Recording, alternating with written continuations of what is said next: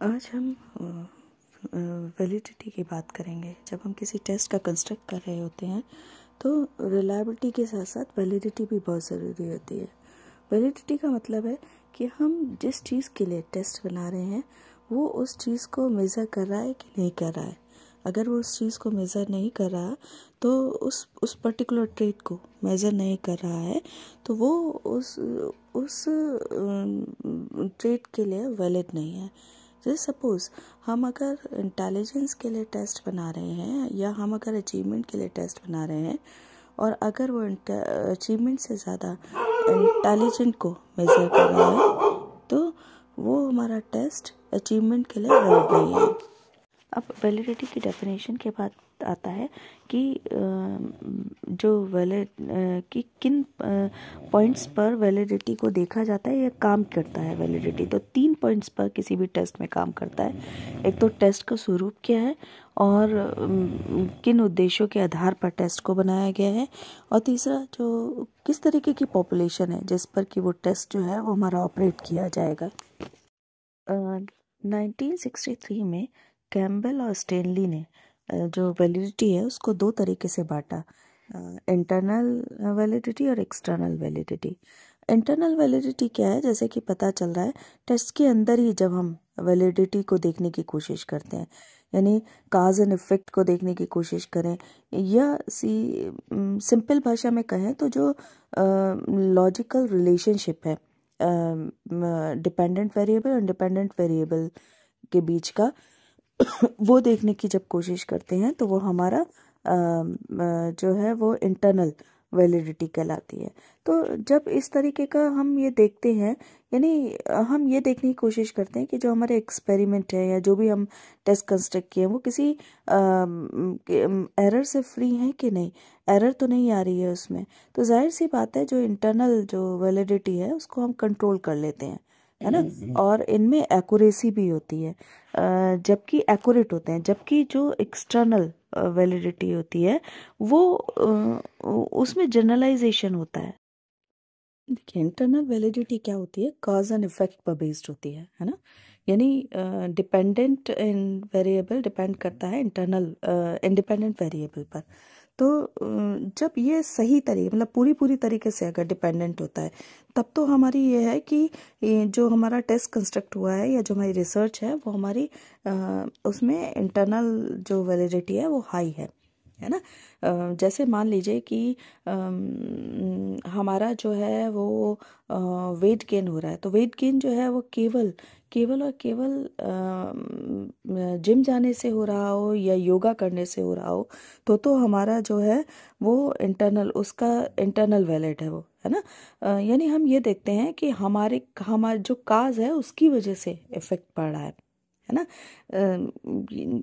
यानी जो हमारा एक्सपेरिमेंट है वो हमारे सारे एरर से फ्री है। तो सीधी सी बात है कि हम इसको कंट्रोल कर सकते हैं, है ना, क्योंकि ये हमारे हाथ में है।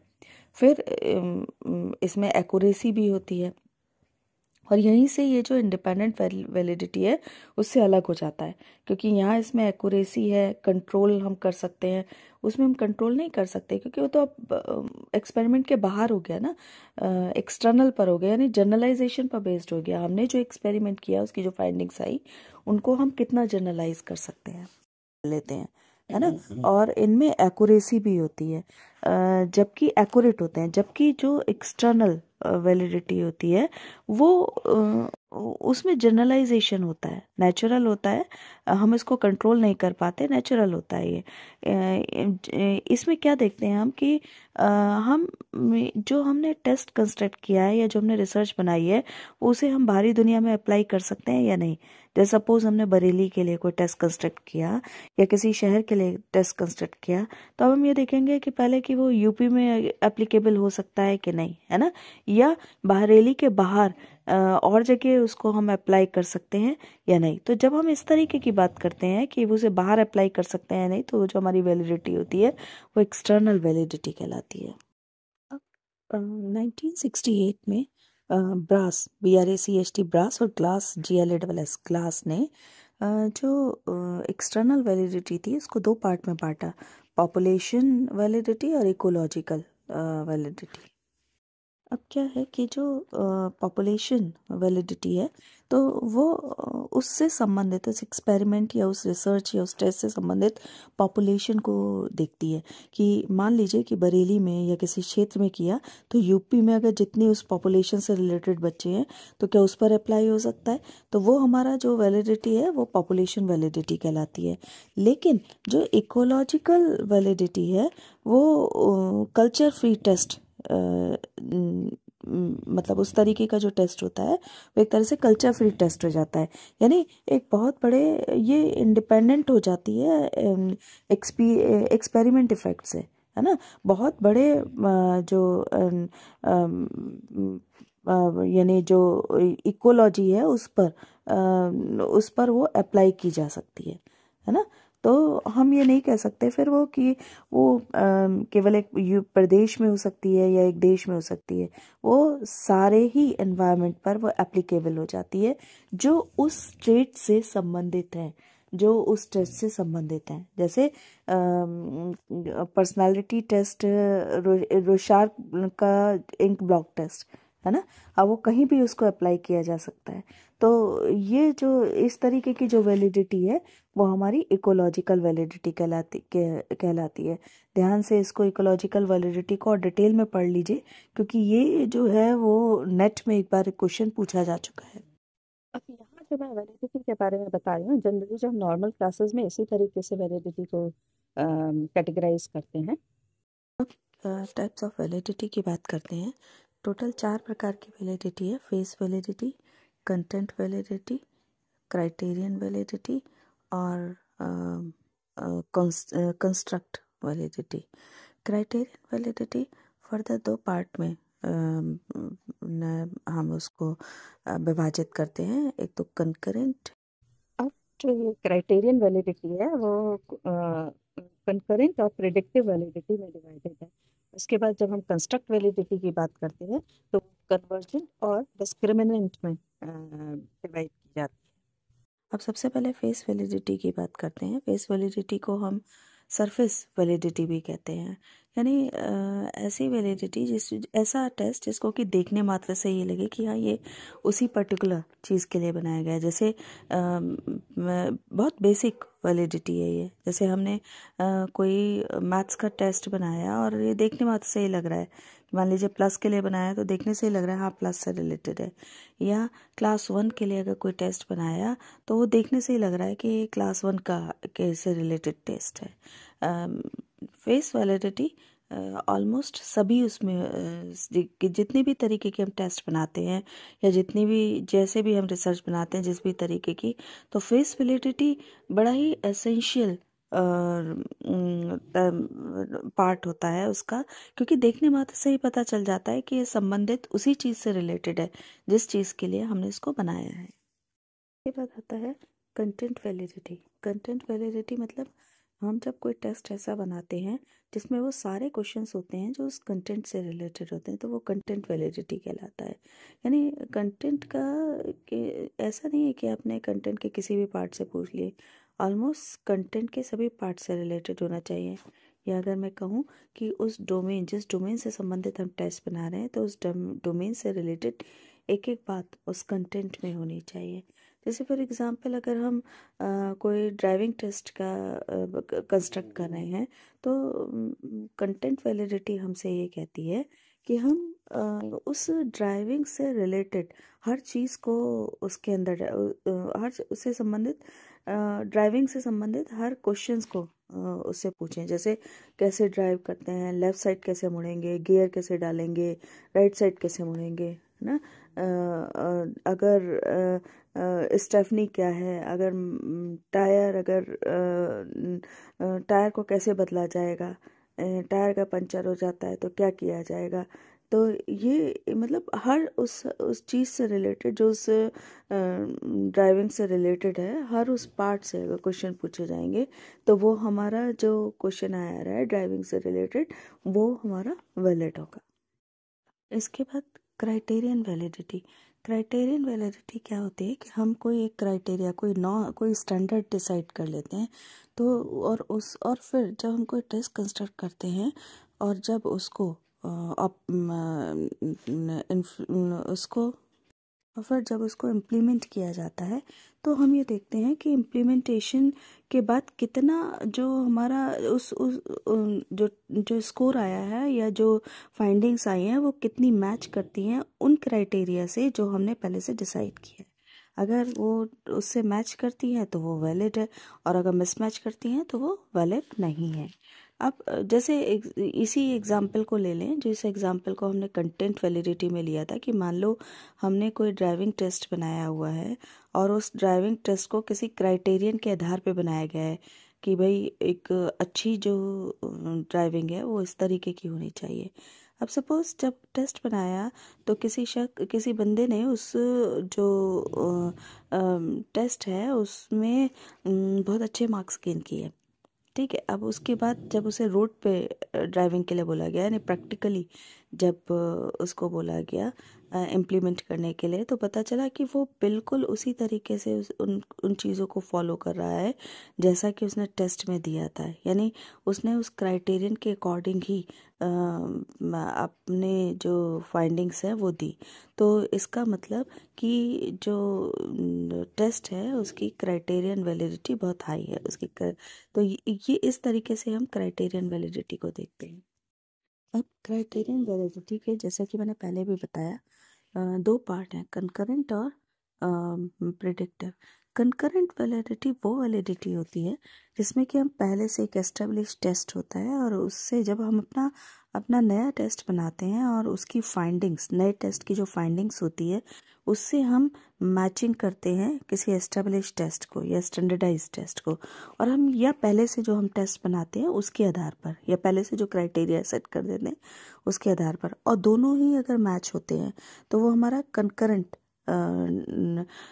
वैलिडिटी कहलाती है। फॉर एग्ज़ाम्पल मान लीजिए कि हमने कोई टेस्ट ऐसा बनाया है ड्राइविंग से रिलेटेड जो कि पहले से ही जो बना हुआ है ड्राइविंग टेस्ट उससे मिलता जुलता है ना, और सेम रिजल्ट्स दे रहा है।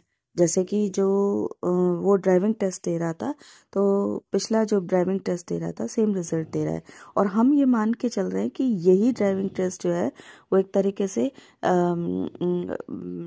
टेस्ट को ड्राइविंग को की स्किल को देखने के लिए पूरी तरीके से सक्सेसफुल है। तो उसके आधार पे हमने नया टेस्ट बनाया है और जब हम उसको ऑपरेट करते हैं और हम देखते हैं कि फाइंडिंग्स हमारी ऑलमोस्ट उसी तरीके से आई है जैसी कि पिछला जो हमारा स्टैंडर्डाइज था, जो हमारा एस्टेब्लिश ड्राइविंग टेस्ट था उसके आधार पर आई थी, तो हम ये मान लेते हैं कि हमारा ये वाला टेस्ट भी वैलिड। जहाँ ये कंकरेंट टेस्ट जो होता है, कंकरेंट वैलिडिटी जो होती है वो प्रेजेंट से रिलेटेड होती है, वहीं पे जो अगला जो प्रेडिक्टिव वैलिडिटी है वो फ्यूचर से रिलेटेड होता है। माने हमने कोई टेस्ट एस्टेब्लिश किया, कोई टेस्ट बनाया और उस टेस्ट को हमने पहले से एस्टेब्लिश के आधार पर उसको ये देखने का प्रयास किया कि ये उस स्टैंडर्ड तक है या नहीं, लेकिन उसका जो संबंध है वो फ्यूचर से है ना। तो हमारा जो टेस्ट है वो प्रिडिक्टिव वैलिड होता है। जैसे किसी भी एंट्रेंस टेस्ट होते हैं, जैसे बीएड का एंट्रेंस टेस्ट है, तो बीएड का एंट्रेंस टेस्ट हमारा यानी पहले से हम ये देख लेते हैं कि ये चीज़ें जो है वो हमारे उसमें हमारा जो क्राइटेरिया है उसमें इस तरीके का टेस्ट होना चाहिए ना, पहले से ये डिसाइड कर लेते हैं। फिर उसके आधार पर हम टेस्ट जो बना रहे हैं और तो उसमें जो मार्क्स आते हैं उसके आधार पर हम ये देख लेते हैं कि जो हमारा टेस्ट है, जो हमारा यानी जो टेस्ट है वो ये बता रहा है कि प्रेडिक्ट कर रहा है कि भविष्य में ये छात्र या ये स्टूडेंट्स उस पर्टिकुलर लाइन को में सक्सेसफुल हो सकते हैं या उस पर्टिकुलर लाइन को अडॉप्ट कर सकते हैं या उसके लिए एलिजिबल हो सकते हैं। तो ऐसे टेस्ट जो भविष्य का प्रेडिक्ट करते हैं वो हम उनमें हम प्रेडिक्टिव वैलिडिटी देखते हैं या उनमें प्रेडिक्टिव वैलिडिटी होती है। अगर उन ऐसे टेस्ट जिनमें कि ये बता पाने में असफल हैं कि ये, जैसे बीएड का एंट्रेंस टेस्ट है, अगर वो ये बता पाने में असफल है कि ये बच्चा बीएड के लिए एलिजिबल है या नहीं, तो फिर उसमें प्रेडिक्टिव वैलिडिटी नहीं है। यानी अब ये बिल्कुल क्लियर हो गया कि जो हमारी क्राइटेरियन वैलिडिटी है, कुछ हमने उसमें कुछ बेंचमार्क या कुछ चीज़ें जो हैं वो सेट कर दी और उसके आधार पे हमने प्रेडिक्शन लिया टेस्ट का। तो अगर रेफरेंस पॉइंट प्रेजेंट है तो हमारा आपका ये कंकरेंट है, और अगर रेफरेंस पॉइंट फ्यूचर है तो वो हमारा प्रेडिक्टिव वैलिडिटी है। इसके बाद हमारा आता है कंस्ट्रक्ट वैलिडिटी। कंस्ट्रक्ट वैलिडिटी में इसको हम फैक्टर वैलिडिटी भी बोलते हैं। फैक्टर वैलिडिटी में जनरली उस टाइप की वैलिडिटी, उस टाइप के टेस्ट होते हैं जिसमें कि चेक करने के लिए, जिसको कि हम डायरेक्ट नहीं मेज़र कर पाते, मतलब जैसे इंटेलिजेंस हुआ, एंजाइटी हुई, है ना। तो इस तरीके के टेस्ट को हम डायरेक्ट मेज़र नहीं कर पाते हैं।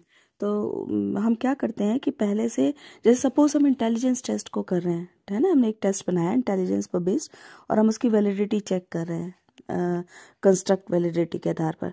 तो क्या है कि पहले से जो एस्टेब्लिश आईक्यू टेस्ट है उसको लेकर, और जब हम उसके कंपेयर करके देखते हैं तो हमें और अगर रिजल्ट्स, उसके भी रिजल्ट्स सेम आते हैं और इसका भी, मतलब आई मीन उसका, उस टेस्ट को ऑपरेट करते हैं, उसके बाद इस रिजल्ट्स को, इसके टेस्ट को करते हैं, तो जो रिजल्ट्स हमारे अगर सेम आते हैं तो वो हमारा जो है वो कंस्ट्रक्ट वैलिडिटी कहलाती है। कंस्ट्रक्ट वैलिडिटी का एक पार्ट है डिस्क्रिमिनेटिव वैलिडिटी। डिस्क्रिमिनेटिव मतलब डिफरेंट, यानी जब कोई टेस्ट जो है वो डिफरेंट कंसेप्ट को डिफरेंट तरीके से मेज़र करे। यानी जैसे मान लीजिए हमने कोई टेस्ट बनाया है, वो डिप्रेशन और एंग्जाइटी को मेज़र कर रहा है, तो टेस्ट के जो आइटम्स हैं वो क्लियरली शो हो रहे हो कि क्लियरली मेज़र कर रहे हो डिप्रेशन को अलग और एंग्जाइटी को अलग। तो हमारे इस तरीके की जो टेस्ट है उसमें डिस्क्रिमिनेटिव वैलिडिटी होती है। कंस्ट्रक्ट वैलिडिटी क्या होती है? कंस्ट्रक्ट वैलिडिटी वो होती है जो कि सेम जो वो है उसको, यानी अगर हम दो डिफरेंट टेस्ट बना रहे हैं और वो ये सेम एट्रीब्यूट्स को अगर चेक कर रहे हैं और दोनों की समान मतलब हाईली कोरिलेटेड, एक दूसरे से कोरिलेटेड होते हैं वो टेस्ट, तो वो हमारे इस तरीके की जो वैलिडिटी है वो कंस्ट्रक्ट वैलिडिटी कहलाती है। जहाँ जो डिस्क्रिमिनेटिव वैलिडिटी थी उसमें जो था वो डिफरेंट, उसको हम डिफरेंट ट्रेट को या डिफरेंट थिंग को हम मेज़र कर रहे थे।